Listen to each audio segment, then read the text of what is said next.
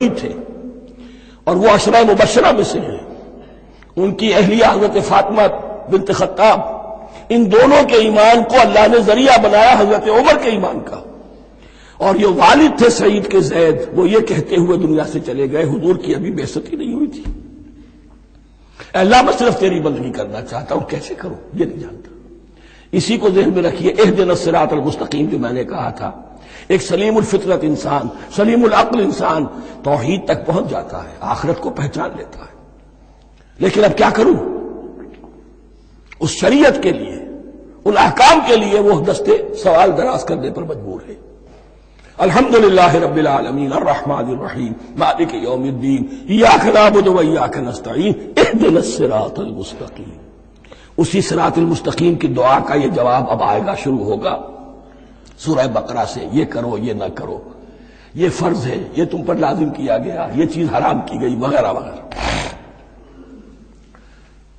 ان الذين آمنوا والذين هادوا والنصارى والصابئين من آمن بالله واليوم الآخر وعمل صالحا. اور محذوف الفاظ فی ازمنتہم، اپنے اپنے زمانے میں، یا فی ایامہم، فلہم اجرہم عند ربہم ولا خوف علیہم ولا هم يحزنون. وَإِذْ أَخَذْنَا مِيثَاقَكُمْ وَرَفَعْنَا فَوْقَكُمُ الطُّورَ. اور ذرا یاد کرو جب کہ ہم نے تم سے عہد لیا، قول و قرار لیا، اور تمہارے اوپر اٹھا دیا طور کو، پہاڑ کو. جب تورات دی گئی تو اس وقت ایک کیفیت معجزانہ طور پر ایسی پیدا کی گئی، ان کے اوپر ایک روب ڈالنے کے لیے اور خشیت قلب میں پیدا کرنے کے لیے کوہ طور اٹھا کر معلق کر دیا گیا. اس وقت کہا گیا خذوا ما آتیناکم بقوۃ. تو اس قول و قرار کے وقت ایک معجزے کی شکل یہ ہوئی تھی.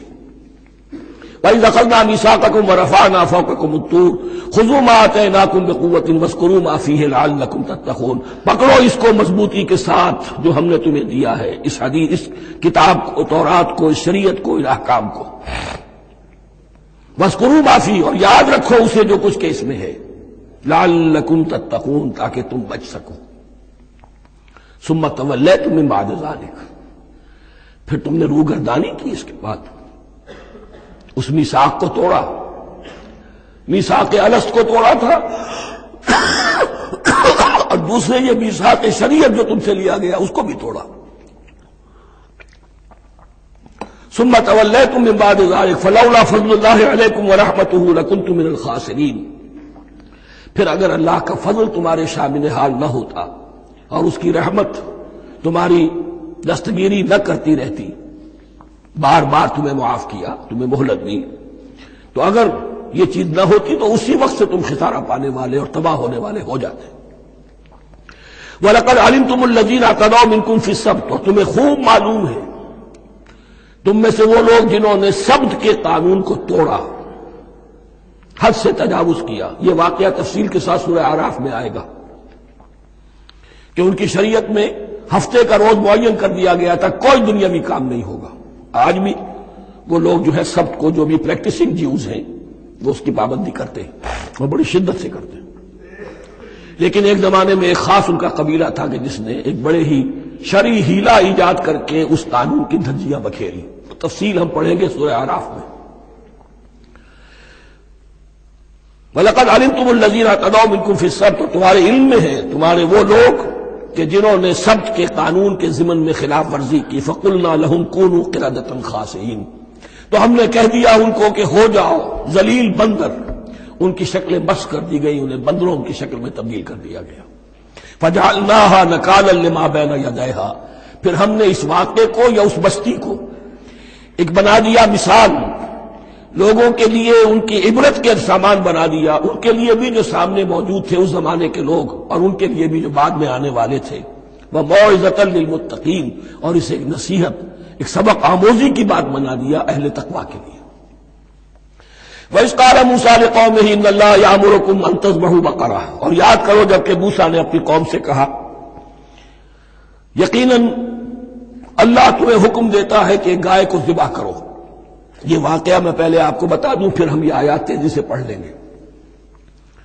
بنی اسرائیل میں ایک شخص قتل ہو گیا، عامیل نامی، اور قاتل کا پتہ نہیں چل رہا تھا. اللہ تعالیٰ نے حضرت موسیٰ کے ذریعے سے حکم دیا کہ ایک گائے کو ذبح کرو اور اس کے جسم کے ایک ٹکڑے سے اس مردے کو چھوؤ، وہ جی اٹھے گا اور وہ بتا دے گا میرا قاتل کون ہے۔ اب یہ کہ یہ معجزات کی شکل ہے جو بار بار آ رہے ہیں، اور سابق اس امت کے اندر معجزات کا آپ کو بہت عمل دخل ملے گا۔ اس میں ایک تو یہ کہ گائے کو ذبح کرنا، وہ گائے کے تقدس کا جو ان کے دل میں ذہن میں تھا، تو ذبح کرنے سے اس کے اوپر بھی گویا کہ ایک تلوار چلائی گئی، اور پھر انہیں دکھا بھی دیا گیا کہ ایک آدمی زندہ بھی ہو سکتا ہے، بعد سے بعد الموت کا بھی ایک نقشہ دکھا دیا گیا انہیں۔ لیکن انہیں جب یہ حکم ملا اور ان کے دلوں کے اندر وہ بچڑے کی اور گائے کی تقدیس جو ہے وہ پلی ہوئی تھی، اب انہوں نے سوال کر کے کسی طریقے سے بچنے کے لیے مین میخ نکالی، کیسی گائے ہو، کیا رنگ ہو، کس طرح کی ہو، کس عمر کی ہو۔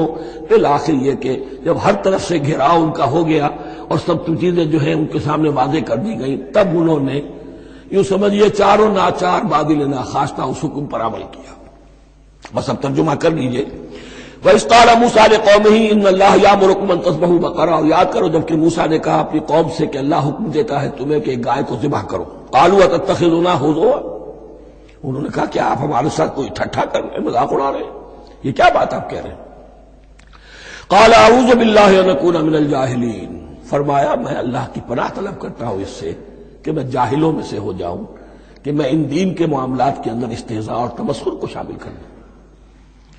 قالوا ادع لنا ربك يبين لنا ما هي، اب انہوں نے کہا اچھا ایسی بات ہے تو ذرا اپنے رب سے دعا کیجئے کہ وہ ہم پر واضح کر دے کہ وہ کیسی ہو۔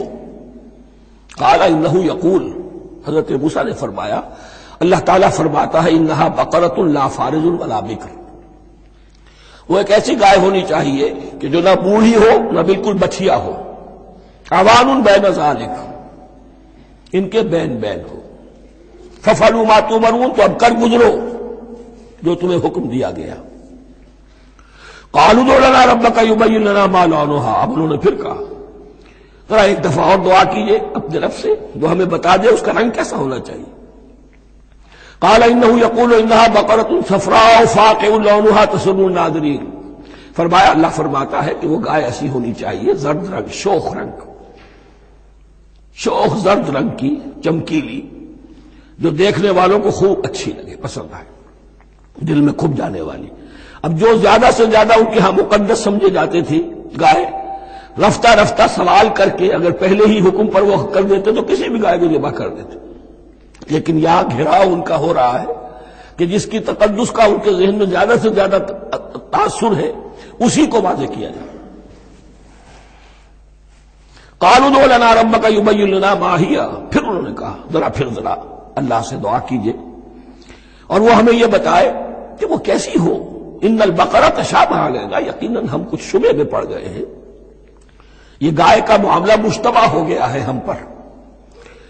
قال انه يقول، فرمایا اللہ فرماتا ہے انها بقرۃ لا ذلول تثير الارض ولا تسقي الحرث، وہ ایک ایسی گائے ہونی چاہیے کہ جو کوئی جس سے مشقت نہ لی جاتی ہو، نہ وہ ہل جوتتی ہو اور نہ وہ رہٹ کا پانی کھینچتی ہو۔ تسیر الارض، نہ تو وہ زمین کو جوتنے میں ہل چلانے میں کام نہیں لی جائے، ولا تسقي الحرث، اور نہ کھیتی کو پانی پلانے کے لیے وہ پانی کھینچ